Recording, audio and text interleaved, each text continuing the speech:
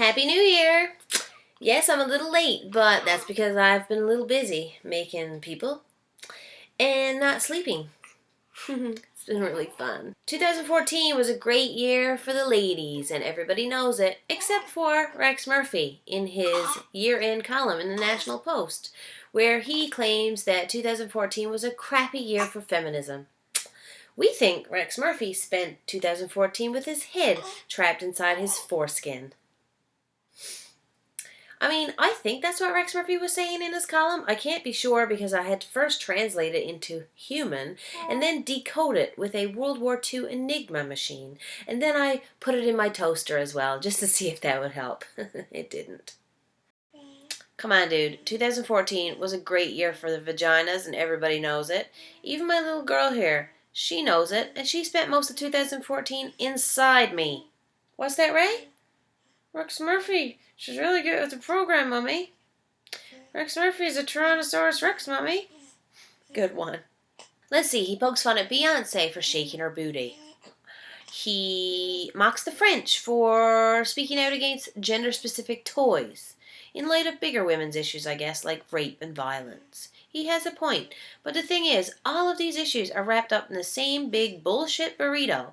Speaking out against gender-specific toys that limit little girls to certain roles, that's not stupid, Rex Murphy. That's important, because we learn how to treat women in childhood when we're playing with toys. And Beyonce, yes, she's bootylicious, big whoop, she shakes her ass and doesn't ask for permission. The thing is, when someone like Beyonce declares she's a feminist, she helps make feminism cool again for young people who have been led to think that feminists are man-hating women with hairy armpits and hairy ball sacks. 1 second while I scratch my hairy ball sack.